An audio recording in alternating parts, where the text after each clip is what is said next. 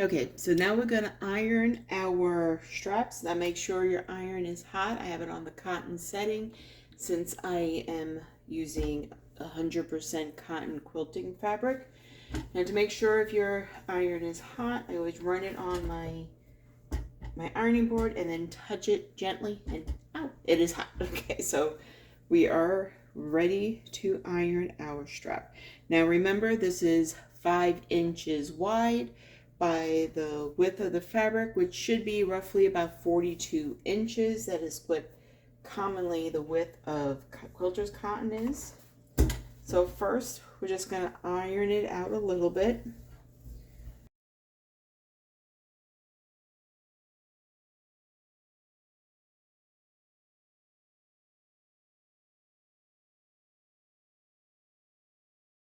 I'm going to lower just a little bit because it's very hot. Okay, so now that we have it flat, what we're going to do is we're going to fold it in half, wrong sides together, and we're going to make a crease right down the middle.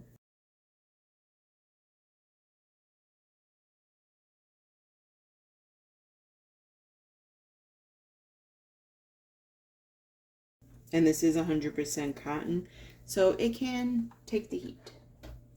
Okay, I'm going to go back to our starting point, and now what we're going to do is we're going to open it up. So now we can clearly see our crease. You probably can't see it on the video, but when you do it at home, you will definitely be able to see that crease.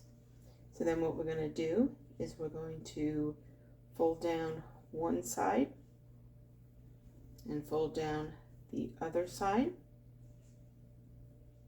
Fold it the raw edge to the crease that you just made.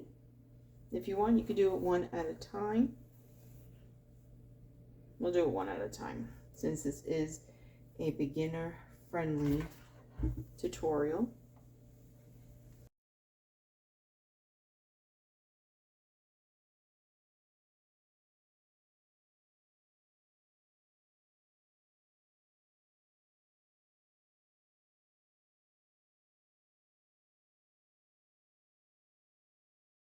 Frustration. Now we want to meet the edge to that, and then now we're going to iron that down. Now the first one that you did is staying because that has been ironed.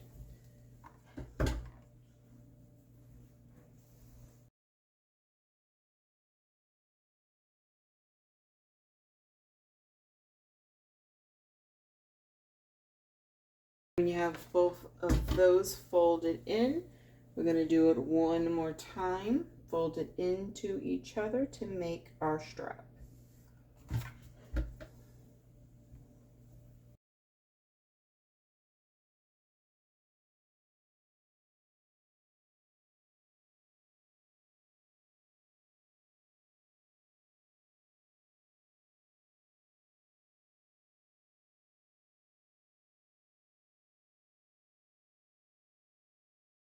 There we go.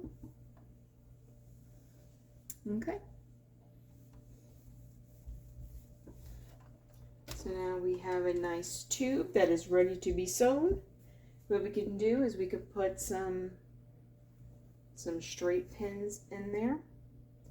Now when I pin my fabrics, I like to pin it this way. I like to have the pin going from the top into the fabric because then when I sew, it's easier to remove. Now since this is well ironed, probably don't need as many, but we'll put some pins in here. Pins out are our friend.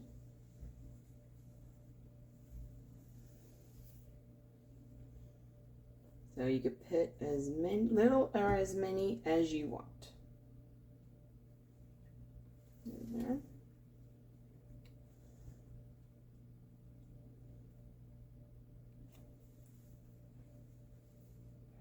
And then, like I said, we will be cutting this in half to make 2 straps, but we're not going to do that just yet.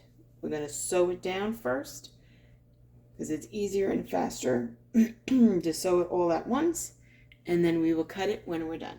Now I'm going to get my pieces. Okay, now we have our sewing machine out. This is my daughter's machine. It is a Singer Simple. She calls her Opal, so we're going to be using Opal today to sew our bag. It is a great little machine. So first what we're going to do is we're going to start with our handles.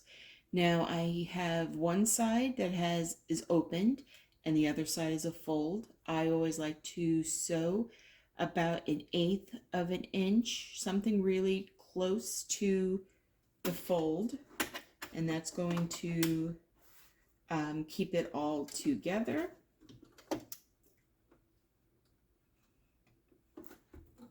Okay. I am using a black thread since a lot of this fabric is dark. Okay, let's see if I can find my presser foot. Okay, and then we're just going to go.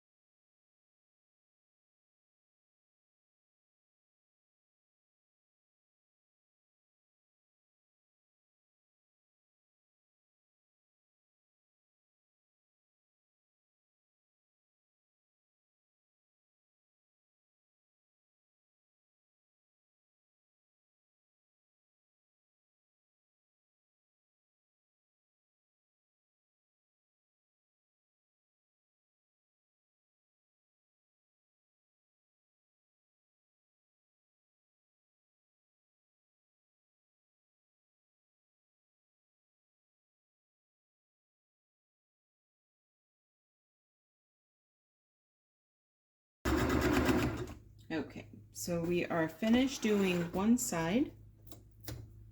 Okay, go back to the top. And now we're going to do the other side, which is the fold side. We're just going to do a straight stitch, just going all the way down. And we're also going to do 1/8 of an inch. And I'm just using some regular Coats and Clark all-purpose cotton with the universal needle, and I am just doing a straight stitch on length 2. 2.5 is usually my go-to stitch length whenever I'm making pretty much anything, unless I have to do a basting stitch or something like that. But when I'm sewing things together, I usually do a 2 or 2.5 and just go right down the gap.